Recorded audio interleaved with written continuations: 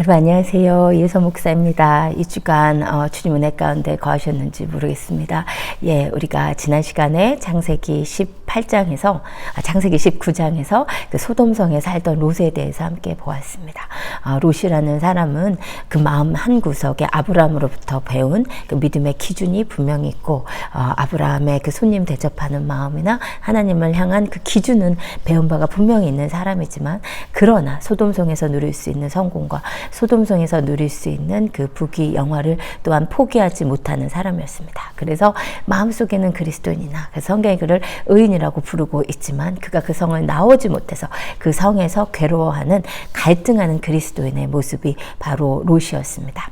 그런데 우리의 삶이 롯 같을 때가 참 많습니다. 한 발은 하나님께, 한 발은 또 세상에. 그래서 그 마음속에는 무엇이 맞는지 알고 그 영적인 기준들이 있지만, 그러나 이 세상에서 누릴 수 있는 재미와 이 세상에서 내가 포기하지 못하는 것들을 놓지 못해서, 그래서 세상도 포기할 수 없고 하나님도 그렇다고 포기할 수 없는, 그렇게 양다리를 거친 갈등하는 그리스도인이 얼마나 많은지 모르겠어요. 근데 이렇게 양다리를 거치는 사람의 특징은 뭐냐면 그 마음이 늘 괴롭다는 거예요. 왜냐하면 성경에 말씀하시기를 죽고자 하는 자는 살고 살고자 하는 자는 죽는다고 했거든요. 내가 이 세상을 향해서 나 자신을 못 받기로 결정을 하면 그때부터 사실 쉬워지거든요. 근데 그렇게 결단하지 못하고 안 죽으려고 할 때는 늘 갈등하고 늘 마음속으로 고통받을 수밖에 없어요. 그러면서 또한 파워는 전혀 없는 그리스도인. 여러분, 그렇게 갈등하는 그리스도인이, 그렇게 능력이 없이 살아가는 그리스도인이 바로 여러분이시라면 오늘 우리 여러분의 삶 가운데 결단하는 역사가 있으시기를 예수 그리스도의 이름으로 축복드립니다. 오늘은 지난 시간에 이어서 창세기 19장을 계속 보려고 하는데요. 오늘은 이 창세기 19장을 하나님의 심판과 구원의 역사라고 하는 큰 주제 안에서 보려고 합니다. 우리가 여러분이 익히 아시듯이 창세기 19장은 소돔과 고모라의 멸망 장면입니다. 하나님의 심판하시는 장면이요. 그래서 이게 하나님께서 심판하시는 성경의 역사들 가운데서는 하나님의 심판과 구원의 역사의 인류가 그 원리가 늘 똑같거든요. 그래서 오늘 이 창세기 19장을 통해서 하나님의 심판과 구원의 역사의 원리를 함께 보려고 합니다. 첫 번째, 오늘 창세기 19장을 통해서 알 수 있는 하나님의 심판의 역사는, 하나님은 심판을 즐겨 하지 않으시고 심판하시기까지 오래 참으신다는 것입니다.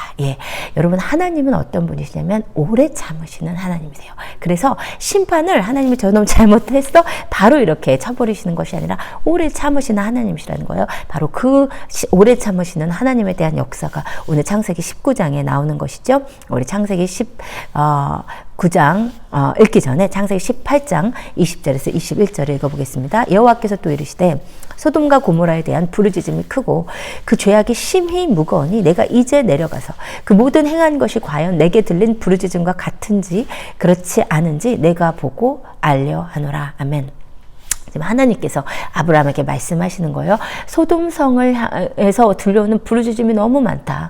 내가 진짜 이게 맞는지 보러 오셨다는 거예요. 그래서 오셔서 지금 아브라함을 만나서 교제를 하고 또 사라의 믿음도 하나님께서 도전하시고자 했지만 또 중요한 미션이 있으셨는데, 이 천사 둘을 대동하고 오신 이유가 천사들을 통해서 정말 소돔과 고모라의 죄악을 주님께서 정말 확인하러 오셨다는 것이요. 근데 여기서 우리가 좀 하나 짚고 넘어갔으면 좋겠는 것이, 소돔과 고모라 성의 부르짖음이 하늘 보좌 앞까지 상달이 됐다는 거예요. 그래서 이제 부르짖음이라는 그 히브리어는 작한데요. 이건 어떤 단어냐면 그 영어로 이제 groaning 하는 거예요. 탄식 소리예요. 아주 괴로운 소리예요. 그러니까는 이 소돔성에서 계속 이 탄식 소리가, 이 부르짖는 소리가, 이 고통의 소리가 하나님께까지 상달이 됐다는 것이죠. 어떤 부르짖음이었겠습니까? 소돔성에서 부당하게 살해받은 사람이 마치 아벨이 가인의 손에 죽으면서 하나님 내 죄를, 내 피를 신원하여 주세요라고 기도했듯이, 아마 이 소돔성에서 억울하게 죽어가던 사람들이 하나님을 향해서, 이 만군의 여호와 하나님이 아니었을지도 모르지만 그 하나님을 모르니까요. 그런데 그 고통의 소리를 누군가에게 신께 아뢰는 거죠. 나 이 고통의 이 피값을 갚아주세요. 그리고 이 소돔성에서 억울하게 사기당한 사람들, 이 소돔성에서 억울하게 매 맞은 사람들, 소돔성에서 억울하게 강간당한 사람들, 이 사람들이 하나님을 향해서 조물주를 향해서 이 고통과 탄식을 하나님께 올린 그 소리를 하나님께서 들으셨다는 거죠. 여러분, 성경에 봤더니 하나님은 하늘 보좌에서 이 땅에서 탄식 소리를 그대로 들으시는 하나님이시라고 했습니다. 우리의 탄식 소리가 하나님께 상달된다는 것이요. 여러분 우리 출애굽기 22장 26절에서 27절 읽어볼게요. 내가 만일 이웃의 옷을 전당 잡거든 해가 지기 전에 그에게 돌려보내라. 그것이 유일한 옷이라. 그것이 그의 알몸을 가릴 옷인즉 그가 무엇을 입고 자겠느냐. 그가 내게 부르짖으면 내가 들으리니 나는 자비한 자임이니라. 아멘. 여러분 이 말씀은 사실 정말 놀라운 말씀입니다. 너가 너의 누구의 옷을 전당 잡으면 이거 갖다 주라는 거예요. 자기 전에. 왜냐면 유대인들은 이불이 따로 없고 자기 옷을 덮고 잤거든요. 그래서 너가 이거를 밤새 전당 잡고 있으면 너 이 사람이 그 가릴 옷이 뭘 덮고 자겠느냐. 그래서 그 사람이 그것 때문에 추워서 하나님께 부르짖으면 그게 중요해요. 뭐라고 하시냐면 내가 들을 수밖에 없다는 거야. 그가 부르짖으면 내가 들을 수밖에 없다. 왜냐하면 나는 자비한 자이기 때문에 고통받는 자들, 약한 자들, 억압받는 자들, 없는 자들의 소리를 하나님께서 들으실 수밖에 없는 거예요.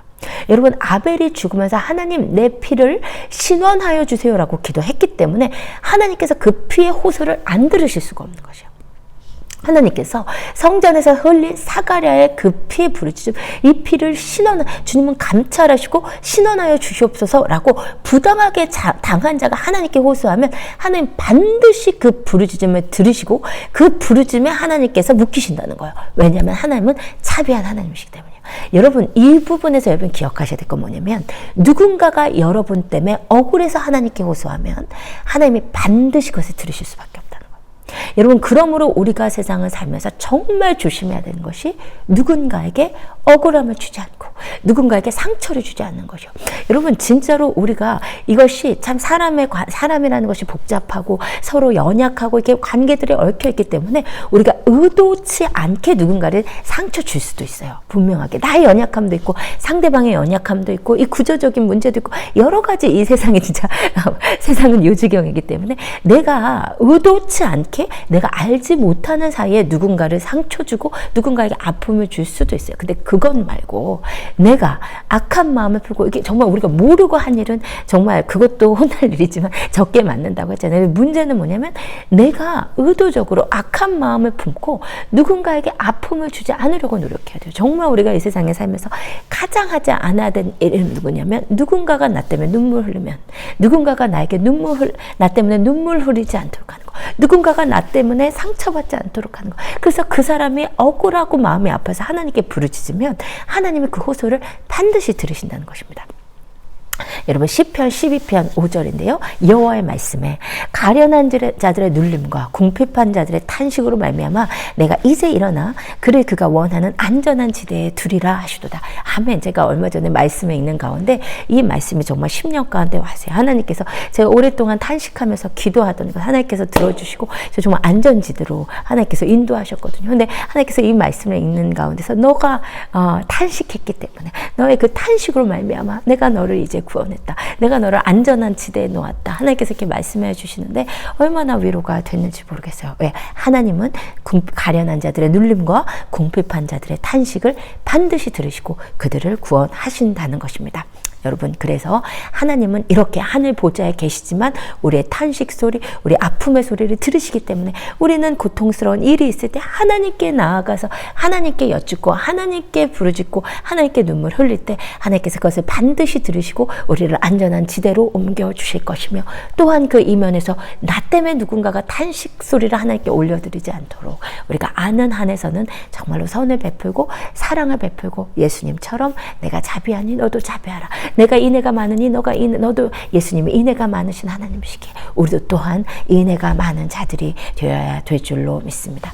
여러분 그런데요 어찌됐든지 간에 하나님께서 이 부르짖음을 들으시고 그러면 하늘 보좌에 계신데 계속 소돔에서 고모라에서 계속 이 부르짖음이 올라오면 하나님이 소돔과 고모라 안 되겠다. 지금 당장 멸해버려 하고 그냥 멸하실 수 있는데 굳이 천사들을 보내셔서 이것이 진짜 맞는지 그 죄악이 어느 정도인지 하나님께서 굳이 천사 둘이나 보내셔서 보시려고 하신 이유는 무엇일까요?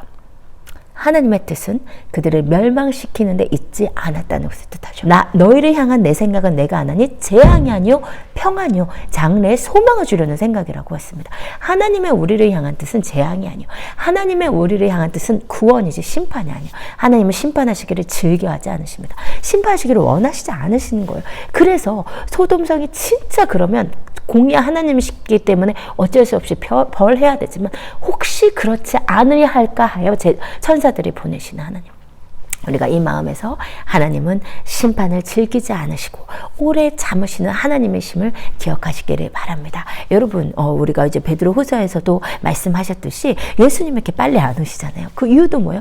예수님이 오시는 날은 우리 신부들에게 있어서는 누가복음 말씀대로 너희가 이런 일이 일어나는 것을 보거든 너희의 머리를 들라, 너희의 구원이 가까웠기 때문이다. 우리한테는 구원의 날이 맞아요. 그렇지만 이 세상에는 정말로 아주 처절하고 정말로 무시무시한 심판의 날이기 때문에 하나님이 심판을 즐기시지 않기 때문에 지금 예수님께서 오시는 것이 계속 딜레이 되는 것이죠. 그것을 베드로서 3장 9절에서 말씀하시기를 주의 약속은 어떤 이들이 더디다고 생각하는 것 같이 더딘 것이 아니라 오직 주께서는 너희를 대하여 오래 참으사 아무도 멸망하지 아니하고 다 회개하기에 이르기를 원하시느니라. 아멘. 이것이 하나님의 마음입니다. 하나님은 한 사람이라도 구원받기를 원하시고 심판을 즐겨 하시지 않으시는 하나님이신 것이요. 심판을 즐겨 하시지 않으시고 오래 기다리시는 하나님은 우리가 잘 알 수 있는 것은 뭐냐면 아간의 죄를 심판하실 때의 모습입니다. 여러분, 여리고성을 진멸할 때 하나님께서 그 어떤 것도 전리품도 가지지 말고 전부 다 진멸하라고 하셨건만 아간이 그것을 진멸하기를 원하지 않았죠. 그래서 아간이 여리고성에서의 전리품을 숨겨놓은 죄로 아이성에 참패를 하죠. 이것 때문에 이스라엘 군대가 하나님 어찌 됨입니까? 라고 기도할 때 하나님께서 너희 중에 나의 명령을 어기고 여리고성의 물건을 탈취한 자가 있다. 그가 아간이다. 라고 하고 아간을 바로 하나님께서 치신 것이 아니라 하나님께서 누군지 너무나 잘 알고 있으면서도 굳이 제비뽑기라는 방식을 사용하시게 하십니다. 그것도 제비뽑기를 해서 바로 아간이 뽑히게 하신 것도 아니고 처음에는 지파별로 뽑게 하셔서 유다 지파, 세라 족속, 그 다음에 세라 족속에서 다시 가족별로 뽑게 하셔서 삽디의 가족, 그 다음에 아간까지 4단계에 거쳐서 제비를 뽑아요. 얼마나 시간이 오래 걸리겠어요? 아주 한나절 다 걸렸을 것입니다. 여러분, 이것을 통해서 하나님께서 지금 아간의 입장에서는 자기를 향해서 계속 좁혀오는 거죠. 유다 지파, 세라 족속, 삽디의 가족 아간. 그러면 유다 지파가 뽑힐 때 아간으로서는 회개할 기회였고, 그리고 세라 족속이 뽑힐 때 아간으로서는 회개할 기회였고, 삽디의 가족으로 뽑힐 때 아간으로서는 마지막 회개의 기회였는데 자기가 뽑힐 때까지도 아간은 회개하지 않았어요. 하나님께서는 바로 심판하시는 것이 아니라 늘 이렇게 회개할 기회를 주시는데 회개할 기회를 놓치면 그러면 하나님의 때가 되었을 때는 무서운 심판이 기다리고 있는 것이죠. 예, 두 번째, 하나님의 심판과 구원의 원리 두 번째는 성적 타락이 오면 하나님의 심판이 임한다는 것입니다. 예, 소돔과 고모라에 많은 죄악이 있었겠지만 그렇지만 오늘 창세기 19장에서 두 천사가 가서 목격했던 무시무시한 죄는 특별히 성적인 타락이었죠. 예, 우리 창세기 19장 4절에서 5절을 읽어보겠습니다. 그들이 눕기 전에 그 성사람, 그 소돔 백성들이 노소를 막론하고 원근에서 다 모여 그 집을 에워싸고 롯을 부르고 그에게 이르되 오늘 밤에 내게 온 사람들이 어디 있느냐 이끌어내라 우리가 그들과 상관하리라. 예, 저는 이 말씀을 볼 때마다 정말 기가 막힌 것이 소돔성 사람들이 이제 두 천사가 왔는데 이 두 천사가 이제 예쁘장했겠죠. 이제 꽃미남이었겠죠. 천사들이니까 하늘에서 왔으니까 뭔가 좀 달랐겠죠. 좀 이국적으로 생기고 그랬으니까 이제 이 두 천사를 보고 이제 그들이 상관하기를 원하는 거예요. 이제 상관하다라는 히브리어는 야다인데 이것은 경험하다, 알게 되다인데 특별히 어떻게 아는 거냐면 성적인 친밀함을 가지고 성관계를 통해서 알게 될 때를 야다라고 이야기를 합니다. 예, 그래서 이제 성관계를 하려고 이 천사들을 향해서 사람들이 모였는데 놀라운 것은 뭐냐면 원근 각지에서 노소를 막론했다. 노소를 막론했다는 건 뭐예요? 젊은 자들부터 할아버지까지. 예, 할아버지. 그러니까 중고등학생, 뭐 10대들에서부터 정말 할아버지들까지 전부 다 정욕의 눈이 멀어서 이 두 사람을, 이것은 뭐예요? 이거는 동성연애일 뿐만 아니라 이제 윤관이죠. 이런 엄청난 죄악을 온 그 마을 사람들이 다 컨센서스로 이 성적인 죄를 짓는 것이 합의되어서 일어나고 있는, 아주 그냥 정말 집단적인 죄를 짓고 있는 거죠. 근데 이제 저는 이제 더 놀라운 것은 뭐냐면, 이렇게 이제 천사들을 범하려고 왔을 때 이제 하나님께서 이제 역사하셔서 이제 천사들이 그들의 눈을 멀게 하잖아요. 근데 놀라운 건 뭐냐면, 그들의 눈이 멀었어요. 여러분이 아무리 이제 정욕이 넘쳐서 천사들과 상관하려고 왔어요. 그런데 순간적으로 자기 눈이 아무것도 안 보여. 그럼 어떻게 할까요? 한 명이라도 양심이 살아있는 사람이라면 이거 내가 천벌을 받았나 보다 라고 돌아가야 될 텐데, 놀라운 것은 뭐냐면요, 10절에서 11절에 이렇게 되어 있어요. 그 사람들이 손을 내밀어 롯을 집으로 끌어들이고 문을 닫고 문 밖의 무리를 대소를 막론하고 그 눈을 어둡게 했어요. 그때 무슨 일이라냐면, 그들이 문을 찾느라고 헤맸다. 눈이 갑자기 안 보이게 됐는데, 야, 우리 천벌 받았나 봐. 이제 돌아가자. 이렇게 한 사람이 한 명도 없었고, 눈이 안 보이는 그 상황에서도 어떻게 해서든 천사들이 들어간 문을 찾아 들어가서 천사를 범하려고 하는, 완전히 정욕에 사로잡혀 버린 모습이에요. 여러분, 이 창세기 19장에서 물론 소돔과 고모라 땅에 많은 죄악이 있었을 것인데도 불구하고 천사들이 목격한 죄가 뭐였냐? 성적인 죄였다. 이것이 너무나 중요합니다. 여러분, 성경에 봤더니 분명히 제가 이제 예전에 창세기 6장에 하나님의 아들들과 사람의 딸들 설교하면서도 말씀을 드렸는데, 성적인 죄가 오면 하나님의 심판이 오는 것이 하나님의 심판의 아주 중요한 원리예요. 하나님께서 소돔성의 성적인 죄악을 말씀하시고 그 심판을 말씀하신 이유가 있어요. 많은 죄 가운데서도 성적인 죄가 만연하면, 특별히 동성애가 오면요. 동성애라는 것은 어떡하냐면, 하나님의 창조의 질서를 어그러뜨리고요. 인간의 정욕을 위해서 하나님의 창조의 질서를 완전히 어그러뜨리는, 하나님께 인간의 정욕이 하나님이 된 모습이죠. 인간의 정욕이 너무나 강해져서 하나님의 창조의 질서를, 하나님의 역사를 그것을 어그러뜨리겠다는 거죠. 반대하겠다는 거죠. 바로 이것이 사탄이고, 이것이 바로 적그리스도의 영인 거죠. 내 자신이, 나의 정욕이 하나님이 되어버린 모습이기 때문입니다. 그때는 반드시 심판이 오게 되어 있어요. 그래서 마지막 때에 정말 많은 그 성적인 죄, 그 범람함, 저도 이제 한국을 떠나온 지가 벌써 1년이 되나요? 그래서 지금 한국의 상황이 어떤지 모르겠지만 심각하다고 생각을 합니다. 근데 정말 이제 미국에서 살면서는 이 동성애라고 하는 죄를 너무나 가까이 느끼면서 살 수밖에 없어요. 그래서 이 동성애가 이렇게 만연하는 것을 보았을 때 정말 하나님의 심판의 날이 가까이 오고 있음을 우리가 너무나 느끼셔야 되는 것입니다. 하나님께서 성적인 타락이 올 때 그 땅을 멸망시킨 또한 대표적인 예가 이 가나안 땅의 징벌이죠. 하나님께서 가나안 땅에 살던 가나안 족속을 멸하시고 그 땅을 이스라엘 백성에게 주신 것은, 제가 전에도 몇 번 말씀드렸듯이 단지 이스라엘 민족을 사랑하고 이스라엘 민족이 있을 땅이 없어서 가나안으로 보낸 것이 아니었다는 것이요. 하나님은 한 번에 여러 가지 일을 동시에 진행하시는 하나님이시거든요. 그런데 하나님께서 이 가나안 땅은 죄악이 너무 극했기 때문에 가나안 땅의 가나안 거민들의 죄 때문에 그들을 심판할 수밖에 없어서 그를 심판하고 동시에 그 땅을 이스라엘 백성에게 준 거죠. 네, 가나안 땅의 가장 큰 죄악이 뭐였냐? 레위기 18장 읽어보겠습니다. 너는 여자와 동침함같이 남자와 동침하지 말라. 이것은 뭐예요? 동성애를 하지 말라는 말씀입니다. 이는 가증한 일이라고 성경이 분명히 말씀하신 거죠. 너는 짐승과 교합하여 자기를 더럽히지 말며, 여자는 짐승 앞에 서서 그것과 교접하지 말라. 이는 문란한 일이라. 너희는 이 모든 일로 스스로 더럽히지 말라.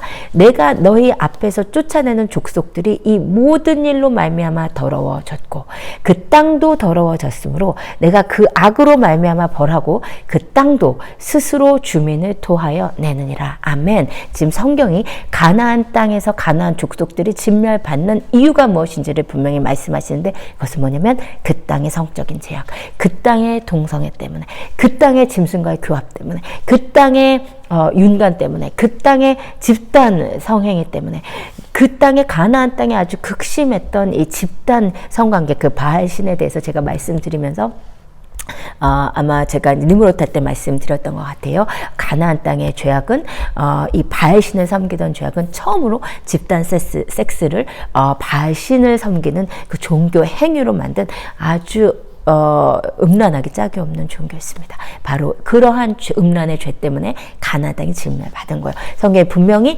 이러한 일로 말미암아 그 땅이 그들을 토하여 내고 그 땅이 그들로 말미암아 더러워졌고 그 땅 스스로도 그 주민을 토하고 내가 그 악으로 말미암아 그들을 벌한다고 분명히 말씀하셨어요. 여러분, 그래서 여러분이 이 마지막 때에 정결한 주님의 신부라는 가장 중요한 사인은 뭐냐면 내가 성적인 정결함을 지키는 것입니다. 히브리서 13장 4절 모든 사람은 결혼을 귀히 여기고 침소를 더럽히지 않게 하라. 음행하는 자들과 간음하는 자들을 하나님이 심판하시리라. 하나님께서 분명히 말씀하시기를 음행하는 자들과 간음하는 자들을 하나님께서 심판하신다고 했습니다. 하나님께서 결혼을 귀히 여기고 침소를 더럽히지 말라 하셨어요. 여러분, 성관계는 하나님께서 부부관계, 결혼관계 안에서만 허락하신 것입니다. 왜냐하면 여러분, 삼위일체 하나님의 그 다른 세 분이 각자 별개의 개체이심에도 불구하고 그들이 한 몸과 같은 이유는 그들이 긴밀하게 연합하고 사랑하시기 때문이거든요. 근데 그렇게 둘이 다른 몸인데도 한 몸이 되는 그 삼위일체 하나님의 연합을 사실 신학적으로 상징적으로 보여주는 것이 부부관계, 결혼이고 성관계입니다. 그러므로 성관계는 오로지 하나된 부부관계에서만 허락된 것이에요. 그래서 그 외 결혼관계 이외의 성관계는 하나님 앞에 간음하는 죄이고 성경이 분명히 간음한 자들을 하나님이 심판하시리라고 하셨습니다. 여러분, 성적 정결을 지키시기를 원하시고 특별히 아직 결혼하지 않으신 싱글분들 힘드시더라도 여러분 주님 앞에서 거룩함과 정결함을 입으시는 것이 너무나 중요합니다. 고린도전서 6장 9절에서 10절 음행하는 자나 우상 숭배하는 자나 간음하는 자나 탐색하는 자나 남색하는 자나 도적이나 탐욕을 부리는 자나 술 취하는 자나 모욕하는 자나 속여 빼닫는 자들은 하나님의 나라를 유업으로 받지 못하리라. 음행하는 자는 하나님의 나라를 유업으로 받을 수 없다고 분명히 말씀하셨습니다. 예, 여러분, 이것들을 지켜 정결함을 지키신 여러분 되시기를, 여러분 이런 것에서 여러분이 깨끗하게 하시고 정결함을 지켜 나가십시다. 여러분, 성령님의 도움으로 이것을 할 수 있을 것을 믿고 실패하셨더라도 여러분 그 죄책감에 사단으로 말미암아 빠지지 마시고 은혜의 보좌로 담대하게 나아가신 여러분 되셨으면 좋겠습니다. 예, 세 번째, 하나님의 심판과 구원의 원리는 구원의 소식은 전해도 농담으로 받는 자들이 반드시 있다. 여러분, 이것은 이제 가볍게 넘길 수 있지만 사실은 이게 우리가 전도하는 데 있어서 정말 잊어버려서는 안 되는 너무나 중요한 원리예요. 왜냐하면 지금 오늘 롯이 이제 사위들한테 가서 이렇게 얘기하잖아요. 롯이 나가서 그 딸들과 결혼할 사위들에게 말하여 이르기를 여호와께서 이 성을 멸하실 터이니 너희는 이곳에서 떠나라 하되 그의 사위들은 농담으로 여겼더라. 이게 이제 기가 막힌 거죠. 정말로 이 성이 지금 멸망한다는 이야기를 누가 농담으로 하겠습니까? 그런데 사위들이 듣고 농담으로 여겼다는 거예요. 이것은 이제 지난 시간에 말씀드린 대로 사위들이 그러한 영적인 경고를 들을 만한 어떠한 여지도 없는 완전히 세상 사람, 완전히 소돔 사람이었음을 뜻하는 것이고 롯 또한 그 입에 아무런 권세도 없었음을 뜻하는 것이지요. 그런데 이제 오늘 이 부분에서 심판과 구원의 역사의 측면에서 우리가 기억해야 되는 것은 무엇이냐면 우리가 진짜 심판의 메시지를 전해도 우리가 정말로 심각한 메시지죠. 예수님이 너를 위해서 돌아가셨어. 예수 그리스도의 피가 없으면 우리가 구원받을 수 없어. 예수님이 다시 오셔. 우리가 그날에 구원받아야지. 우리가 죽고 나서는 어떠한 구원의 기회도 없어. 이런 굉장하게 심판의 엄중한 메시지를 전해도 반드시 그것에 대해서 이제 비웃는 자들이 있습니다. 이미 성경 시대에도 이 예를 성경이 말씀하고 계신 것은 여러분이 전도자의 삶을 살 때 이렇게 비웃음을 당하는 것은 여러분이 감수하고 이해하시고 준비하셔야 된다는 것이요. 우리가 복음을 전하려고 했을 때 나는 비웃음을 안 당하고 복음을 전하리라 라고 생각해서는 절대 복음을 전할 수 없다는 것이죠. 여러분, 그래서 우리가 사람에 대한 두려움이 있을 때는 절대로 복음 전도자로 살아갈 수 없습니다. 누군가는 반드시 비웃을 것이고 누군가는 반드시 욕할 것이기 때문이에요. 누군가는 반드시 나를 미쳤다고 할 것이고 광신자라고 할 것이기 때문이에요. 그래서 내가 나의 reputation을, 그 나의 이름을 귀히 여기고 나는 욕먹지 않기 않기를 바라서는 절대로 하나님의 이름을 영광스럽게 할 수 없습니다. 저는 그게 되게 약한 사람이었어요. 좀 칭찬을 많이 받고 자랐던 것 같고, 이렇게 누구한테 욕먹는 것이 조금 익숙하지 않은 편이었어요. 그래서 제가 목회를 하면서 이제 욕을 많이 먹게 됐을 때 제가 그것 때문에 굉장히 어리둥절하고 굉장히 마음이 힘들었어요. 그래서 어느 날 새벽에 가서 하나님께 우는데 하나님께서 저에게 딱 이렇게 말씀하셨어요. 나의 이름을 위해서 너의 이름을 욕되게 하라. 제가 이제 그 8년 반을 합스터스를 하면서 이 말씀이 무슨 말씀이었는지 정말 뼈저리게 됐는데요. 예, 우리가 주님의 이름을 영광스럽게 하기 위해서 나의 이름은 더럽히지 않으면서 주님의 이름을 영광스럽게 할 수 있으면 좋을 텐데 그렇지 않다는 것입니다. 왜냐하면 이 세상은 예수 이름을 싫어하기 때문이에요. 여러분, 그래서 예수 이름이 높아지기 위해서 나의 이름은 짓밟혀져야 되는 것입니다. 여러분, 반드시 우리가 세례요한의 고백처럼 그는 흥하여야겠고 나는 쇠하여야만 합니다. 이것이 필연적인 관계예요. 내가 쇠야 그가 흥하는 것이거든요. 내가 흥하면서 그도 흥할 수는 없는 것입니다. 그래서 예수 그리스도의 이름을 위해서 나를 욕되게 할 수 있는 주님을 정말로 사랑하는 신부들이 되셨으면 좋겠습니다. 예, 하나님의 심판과 구원의 역사. 네 번째, 구원이란 장망성 밖으로 나가는 것이다. 예, 오늘 이 창세기 19장에 이 소돔과 고모라에서 이 롯의 가족이 극적으로 빼내심을 입는 과정에서 우리가 구원이라는 것의 신학적 의미를 알아야 돼요. 여러분, 사실 우리는 어떻게 보면 소돔성에 사는 롯과 같은 존재입니다. 소돔성은 어떤 성이었냐면 지금 물이 너무 좋았고 지금 물이 넉넉했고 너무나 살만했고 너무나 성공과 재미가 즐거운 것들이 많은 곳이었지만 그런데 하루아침에 멸망하는 거죠. 여러분, 제가 이제 마지막 때에 대해서 설교할 때 말씀을 드리겠지만 이 창세기 19장은 예수님이 오실 때 멸망받는 이 세상 바벨론 성의 멸망을 굉장히 모형적으로 보여준 굉장히 중요한 장이 되겠습니다. 그래서 이게 지금 하늘로부터 이제 불과 유황이 불이 떨어져서 멸망하는 이대로 하나님께서 심판하실 것이에요. 그런데 그래서 이 세상이 장차 멸망당할 소돔성에서 우리가 살고 있는 거예요. 그래서 그것을 우리가 이제 장망성이라고 부르죠. 장차 망할 성에서 우리는 살고 있는 것입니다. 그러면 우리는 이 장망성에 살고 있는 우리가 구원을 받았다는 것은 무슨 의미냐? 구원을 받았다는 것은 가장 기본적으로는 빼내심을 받았던 것입니다. 여러분, 이스라엘 백성이 이집트에서 나오는 그 출애굽이 신약 성도의 구원 사건이잖아요. 그래서 늘 구원의 신학적 신약적 의미는 그 성에서 나오는 것을 뜻해요. 오늘 그것을 우리 창세기 19장 12절에서 알 수 있죠. 그 사람들이 롯에게 이르되 이 외에 내게 속한 자가 또 있느냐? 내 사위나 자녀나 성중에 내게 속한 자들을 다 성 밖으로 이끌어내라. 예, 구원을 받는 이 사건에 대해서 성 밖으로 끄집어내는 것을 구원이라고 말씀하고 계시는 거죠. 이것에 대해서 요한계시록 17장 14절에서 말씀하시기를 어린 양은 만주의 주시오 만왕의 왕이심으로 저희를 이기실 터요. 또 그와 함께 있는 자들, 우리가 어떤 자들이냐면 부르심을 입고 빼내심을 입고 얻고 진실한 자들이에요. 이것이 우리의 정체성입니다. 여러분, 우리는 어떤 자들이냐면 롯 땅에, 소돔 땅에 살고 있었어요. 장망성에 살고 있어서 바벨론 이 세상에 살고 있는 자들인데 이집트에 살고 있는 자들인데 우리는 부르심을 컬을 받았다는 거예요. 부르심을 받고 그리고 하나님의 은혜로 거기서 빼내심을 받았어요. 그리고 빼내심을 받아 어떻게 살아가는 자들이냐면 진실하게 살아가는 자들, 진리로 살아가는 자들이 바로 우리라는 것입니다. 이것이 그리스도인의 정체성입니다. 이 세상에서 부르심을 받고 이 세상에서 나온 자들이요, 빼내심을 받고 그리고 진리로 살아가는 자들, 진실되게 살아가는 자들이 바로 우리입니다. 그러므로 성경이 말씀하시기를 요한계시록 18장 4절 또 내가 들으니 하늘로부터 다른 음성이 나서 이르되 내 백성아 하나님의 백성아 어떤 자들이냐 거기서 나와.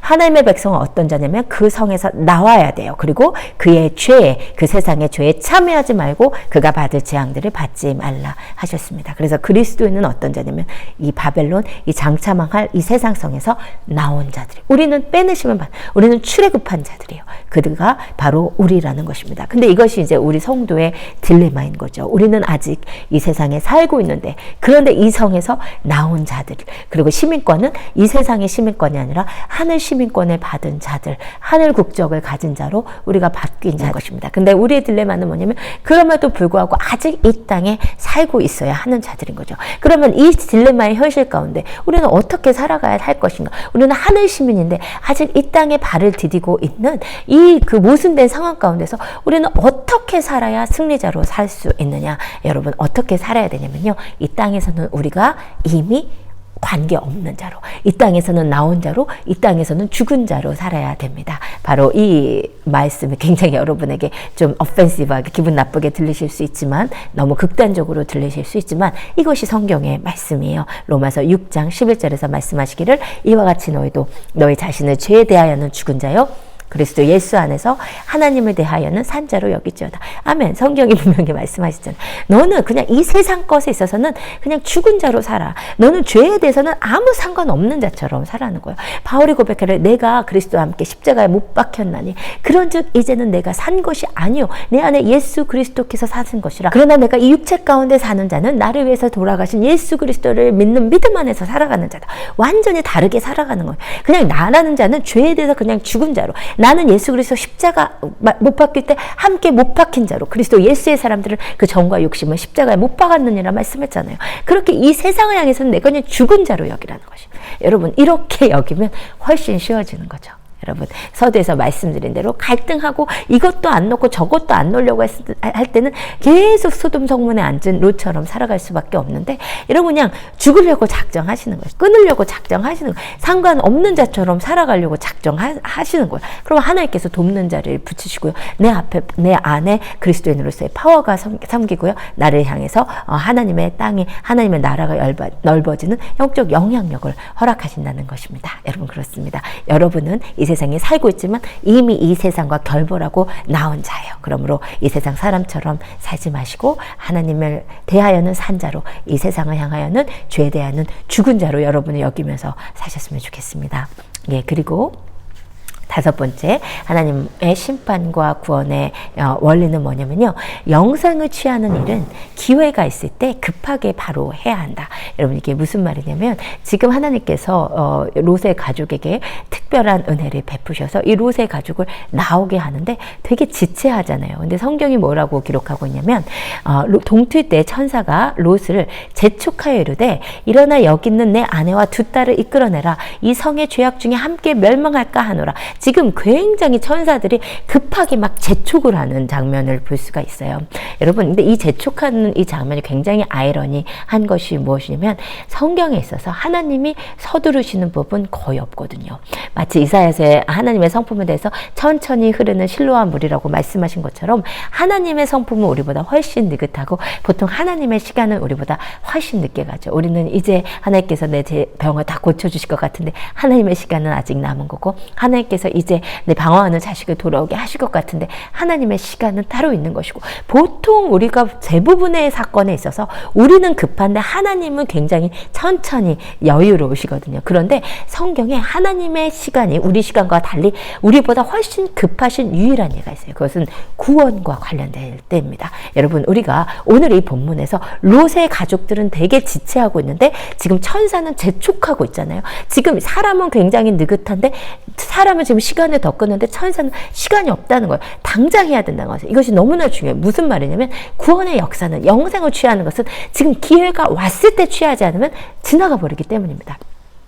이 중요한 예가요, 출애굽기 12장에 보면 유월절 어린 양을 잡아서 이스라엘 백성이 먹고 출애굽하는 그 출애굽의 아주 그 역사가 출애굽기 12장에 기록되어 있죠. 그런데 그때 어린 양을 잡아서 먹는 장면이 나오잖아요. 유월절 어린 양은 예수 그리스도를 상징하는 것이고, 제가 예전에 설교했었는데 기가 막히게 30세 그 젊은 남자로 오신 예수 그리스도를 상징하는 그 1년 된 어린 숫양을 잡아서 먹도록 했습니다. 그런데 이 유월절 양을 잡아서 먹는 거예요. 잡아서 먹는 것이 이제 구원의 역사, 예수님께 붙는다는 거예요. 예수님과 하나 된다, 영생을 취하는 장면인데요. 성경이 뭐라고 기록하고 있냐면 출애굽기 12장 12절에 너희는 그것을 이렇게 먹을지니 허리에 띠를 띠고 발에 신을 신고 손에 지팡이를 잡고 급히 먹으라. 이것이 여호와의 유월절이니라 라고 말씀하셔서 지금 성경이 급하게 먹으라고 말씀했습니다. 여러분, 이 급하게 먹으라고 지금 왜 했냐면 빨리 먹고 지금 출애굽해야 되는 거거든요. 여기서도 역시 하나님께서 지금 서두르시는 것은 뭐냐면 구원의 사건이다. 그래서 여러분, 우리는 보통 그렇잖아요. 정말 다른 것은 되게 우리는 급한데 하나님께 복도 빨리 주셨으면 좋겠고 하나님께서 비즈니스도 빨리 풀어주셨으면 좋겠고 이런 거는 급한데 우리가 사실 서두르지 않는 일이 있어요. 그것은 뭐냐면 구원과 관련. 우리 사촌 전도해야 되는데 해야죠. 우리 고모 전도해야 되는데 해야죠. 그렇죠? 우리는 시간을 끈단 말이에요. 우리 또 뭐 우리 직장 동료 전도해야죠. 그리고 또 전도를 받는 입장에서도 전도를 할 때 생각해 볼게요. 아직 급한 거 아니니까 생각해 보고 교회 나갈게요. 이렇게 이 영생을 취하는 데 있어서 사람은 굉장히 서두르지 않거든요. 시간이 많이 남아 있다고 생각하는 것입니다. 성경에 우리를 향한 가르침은 뭐냐면 영생을 취하는 일은 기회가 있을 때 그때 해야 된다는 것이에요.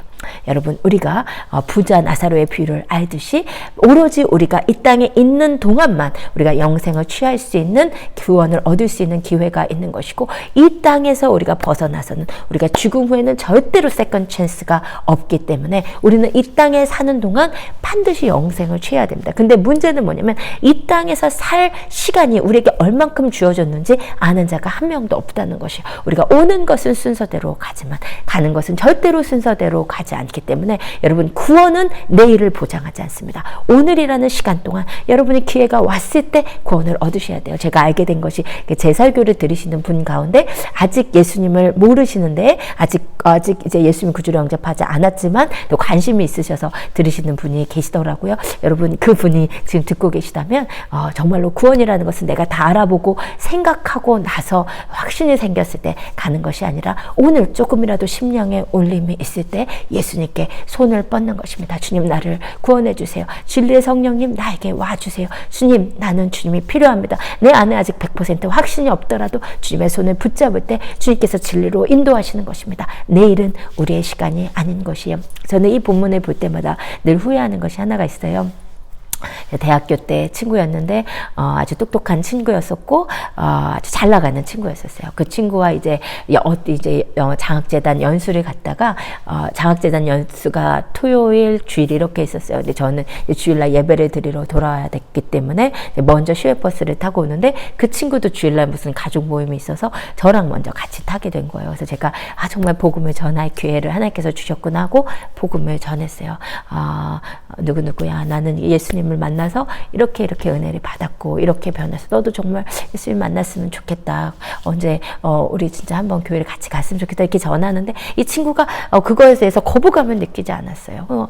나도 자꾸 교회를 가라는 부모님도 교회 다니시고 좀 교회 누가 좀 주위에 교회 다니는 사람이 많아서 그래 언젠가 한번 가봐야지 생각하는데 근데 그 친구가 그렇게 거부감을 느끼면서 오지도 않는데 그러면 내가 그래? 그럼 우리 같이 갈까? 오늘 잠깐 예배 드리고 같이 갈까? 막 이렇게라든지 아니면 우리 약속 잡자. 다음 주에 우리 교회 가자. 이렇게 좀 강하게 전했어야 되는데 제가 이제 그 성격의 약점상으로 누구를 이제 좀 강하게 푸시를 못해요. 부담감을 주는 거를 싫어해가지고 그래서 제가 강하게 얘기를 못하고 그래 언젠가는 꼭 교회 갔으면 좋겠다. 언제 한번 우리 다음에 만났을 때 꼭 같이 교회를 가자라고 저는 다음에 기회가 있을 줄 알고 그렇게 약하게 이 친구는 나중에 하면 되겠다라는 그런 아니란 생각으로 약하게 복음을 전하고 말았어요. 그런데 참 얄궂게도 그 이후에 그 친구를 만날 기회는 있었지만 대화할 기회가 계속 안 생기고 안 되고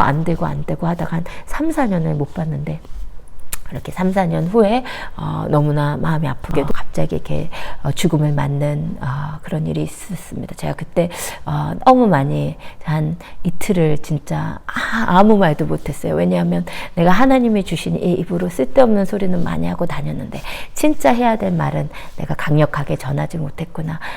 너무나 후회가 됐고 그래서 하나님, 내가 이제 다시는 이 복음을 전할 기회를 놓치지 않겠습니다 라고 결단했는데 참 그게 참 어렵더라고요. 복음을 전할 기회에 제가 이렇게 딱 그 분위기를 끼고 복음을 전하는 게 참 쉽지는 않아요. 그것이 우리의 도전이 되고 있는 일이긴 하지만, 그러나 그래서 우리의 연약함을 아시고 성령님이 오신 거죠. 성령님을 의지하면서 오늘 또 나에게 복음을 전하라고 붙여주신 영혼을, 한 영혼도 여러분 그냥 지나치지 마시고, 여러분 기회가 내일은 우리의 시간이 아니기 때문에 오늘 하나님께서 기회 주셨을 때 강하게 전하실 수 있는 저와 여러분이 됐으면 좋겠습니다. 예, 그리고 6번째, 오늘 하나님의 구원의 원리 6번째 무엇이냐면, 하나님의 구원의 기본 단위는 가족이라는 것이에요. 여러분 사실 오늘 이 창세기 19장에서 하나님께 구원을 받기 완전히 합당한 사람은 사실은 없었어요. 그런데 우리가 마지막 이따가 7번째로 볼 것이지만, 아브라함의 그 처절한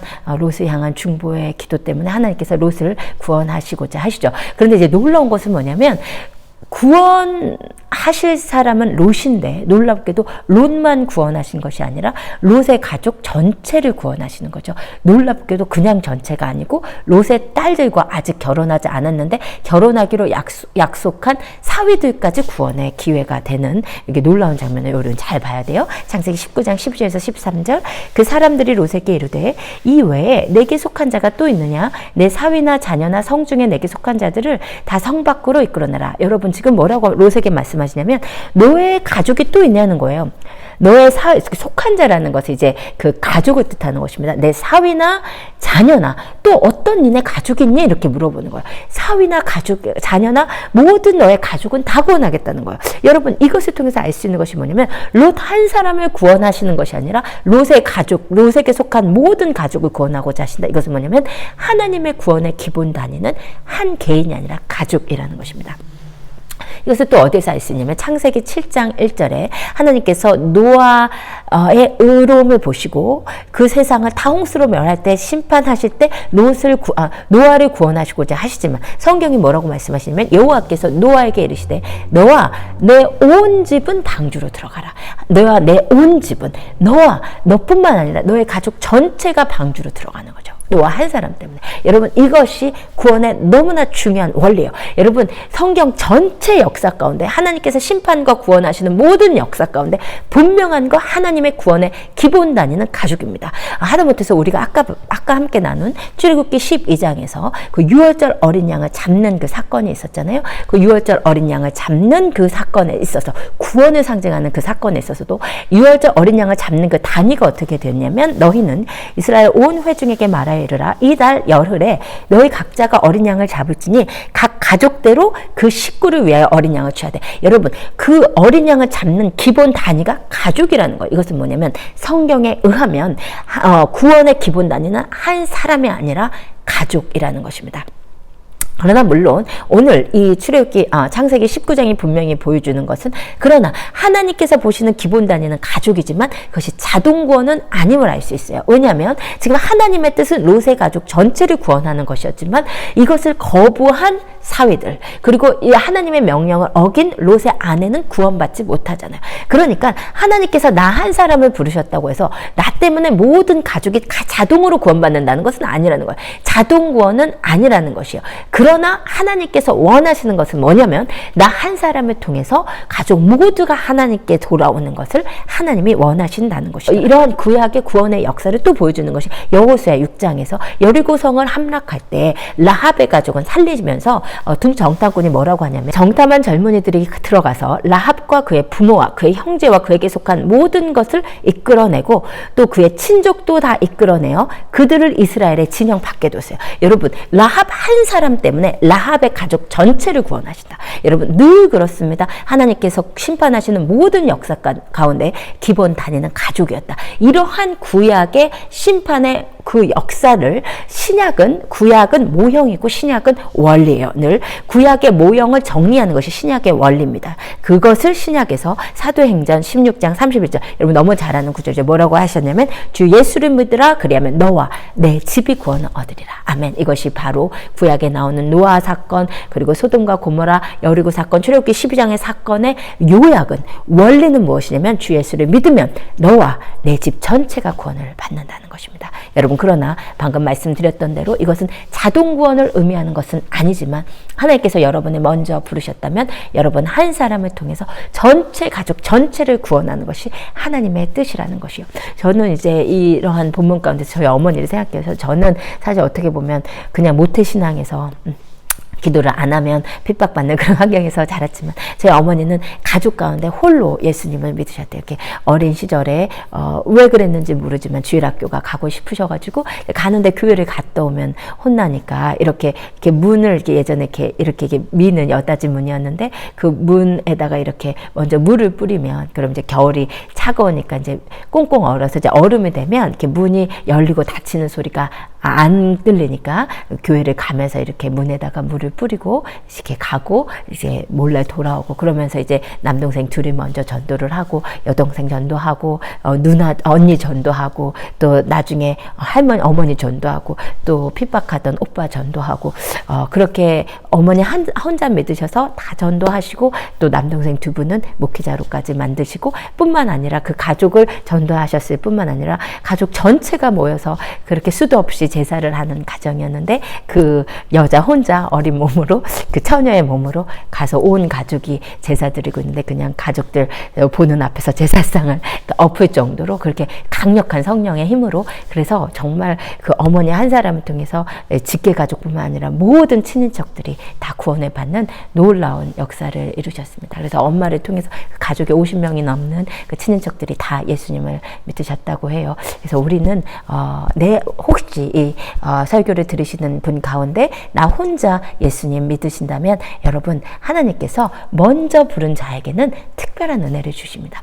특별한 파워를 주세요. 특별한 기름 부으심을 주세요. 여러분 절대로 가족을 구원해내는 것은 여러분 혼자만의 사역이 아니고 하나님께서 여러분을 서포트하시는 사역이고 하나님의 뜻이기 때문에 첫째 믿은 사람에게는 특별한 기름 부으심을 주시더라고요. 그 가족을 다 인도해야 되니까 영적인 파워가 필요하기 때문입니다. 여러분 그래서 두려워하시거나 부담으로 느끼지 마시고 성령님의 임재를 구하세요. 성령님의 파워를 구하세요. 하나님 나 홀로는 절대로 할 수 없으니 하나님께서 은혜 주시고 성령님께서 나를 붙들어 주시고 내 입에 권세를 주시고 나를 통해서 나의 집 전체가 구원받는 역사를 허락해 주세요. 여러분 그렇게 기도하셨으면 좋겠습니다.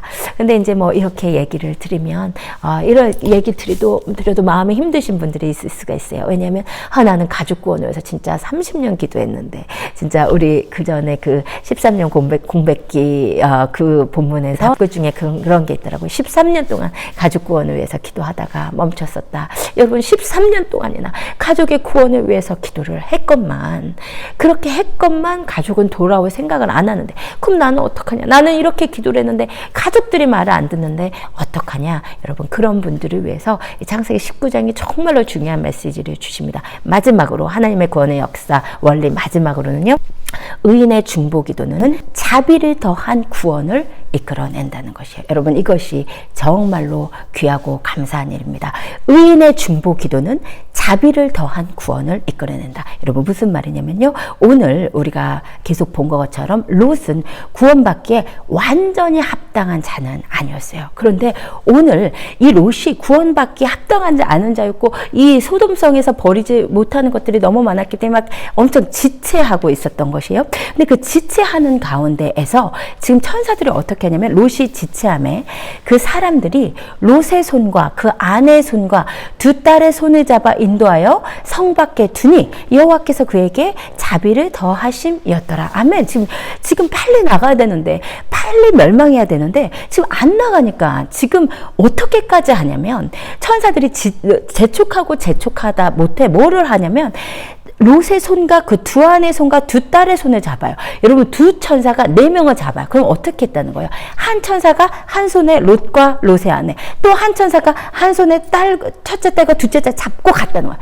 잡고 그냥 아주 그냥 그 완전히 순간이동하듯이 손을 잡아 인도해서 성 밖에 아주 강권적으로 갔다는 거예요. 그러니까 지금 롯은 제 발로 걸어갈 만큼 구원을 받을 만한 그 마음의 상태가 안 되지만 아직 합당하지 않지만 하나님께서 어느 정도까지 은혜를 베푸시냐면 두 천사가 아주 강권적으로 이들을 그냥 끌어서 갖다 놓는 거예요. 그러면서 성경이 뭐라고 하고 있냐면은 여호와께서 그 그에게 자비를 더하시면 하나님께서 자비하심을 더하신 특별한 구원을 베풀어 주셨다는 것이죠. 여러분, 그러면서 뭐라고 성경이 그때 천사들이 얘기하냐면 너희가 피할 때까지는 내가 아무것도 할 수 없다. 지금 이 구원, 이 롯의 가족의 특별한 구원의 역사를 베풀어 주시는 거죠. 그러면 왜 하나님께서 이렇게 준비되지 않은 롯에게 특별한 은혜를 베풀었냐, 이것에 대해서 창세기 19장 29절 하나님이 그 지역의 성을 멸하실 때, 곧 롯이 거주하는 성을 엎으실 때 하나님이 아브라함을 생각하사 롯을 그 엎으시는 중에서 내보내셨더라. 아멘, 아멘, 아멘. 여러분, 이게 놀라운 은혜입니다. 하나님께서 왜 이렇게 준비되지 않고 거기서 지체하고 있는 롯에게 두 천사가 손을 잡고 끌어내서 막 이동을 시키는, 왜 이런 놀라운 은혜를 베풀었냐면 하나님께서 소돔성을 엎으시는 중에 아브라함을 생각하셨기 때문에 롯을 구하셨다는 거예요. 그러면 아브라함의 무엇이요? 바로 창세기 18장에서 우리가 함께 보았던 아브라함의 중보 기도였습니다. 하나님께서 하늘로 올라가시려는 그 하나님을 못 가시게 앞으로 나아가서 하나님 50명 있으면 어떠실 거예요? 하나님 45명 있으면 어떠실 거예요? 하나님 40명 있으면 어떠실 거예요? 하나님 세상을 심판하시는 이가 공의로 해야 될 것이 아닙니까? 하나님 앞에 하나님께서 의인을 악인과 함께 멸하는 것이 합당하지 않습니다라고 하나님께 나아가서 처절하게 몸부림치며 하나님 결국 롯이 아브라함이 원했던 것은 무엇이에요? 하나님 우리 조카 살려주셔야죠. 하나님 우리 조카 의인인데 악인과 함께 멸하시면 어떡해요? 하나님 우리 조카 살려주세요 라고 충고하는 그 아브라함의 강력한 간절한 그 충고기도, 하나님께서 그 눈물의 충고기도를 받으시기에 롯이 비록 지체하고 롯이 비록 완전히 준비되지 않았지만 하나님께서 자비를 더하신 특별한 구원을 베푸셨다. 여러분, 오늘 이 본문을 통해서 여러분 가족을 위해서 오랫동안 기도했지만 아직 꿈쩍도 하지 않는 가족을 보면서 절망하시는 여러분, 믿음 안에서, 말씀 안에서 다시 소망과 믿음을 회복하시기를 예수님의 이름으로 축복드립니다. 여러분의 눈물의 기도가 있는 한 지금은 꿈쩍도 하지 않는 여러분의 가족, 여러분의 눈물의 기도가 있는 한 지금은 꿈쩍도 하지 않는 여러분의 자녀들을 하나님께서 때가 되셨을 때 자비를 더한 특별한 구원으로 그들을 구원해 내실 것입니다. 하나님은 살아계시고 하나님 능력이 있으시고 하나님 자비하신 하나님이시기에 여러분의 눈물의 기도를 한 방울도 땅에 떨어뜨리지 않으시고 여러분의 그 처절한 몸부림의 중보기도 때문에 그에게 여러분 특별한 자비하심을 더하실 것을 여러분 믿으시기를 예수 그리스도의 이름으로 축복드립니다. 여러분, 주님은 하실 것입니다. 여러분이 믿음 안에서 기도하시며 소망 가운데 즐거워하시는 한 하나님은 의인의 기도는 역사 하나님이 많으시고 의인의 기도를 절대로 저버리시지 않으시는 하나님이심을 여러분을 기억하시고, 오늘 또 여러분의 가족을 위해서 눈물로 중보하며 나가시는 귀한 하나님의 백성들 되시기를 축복드립니다.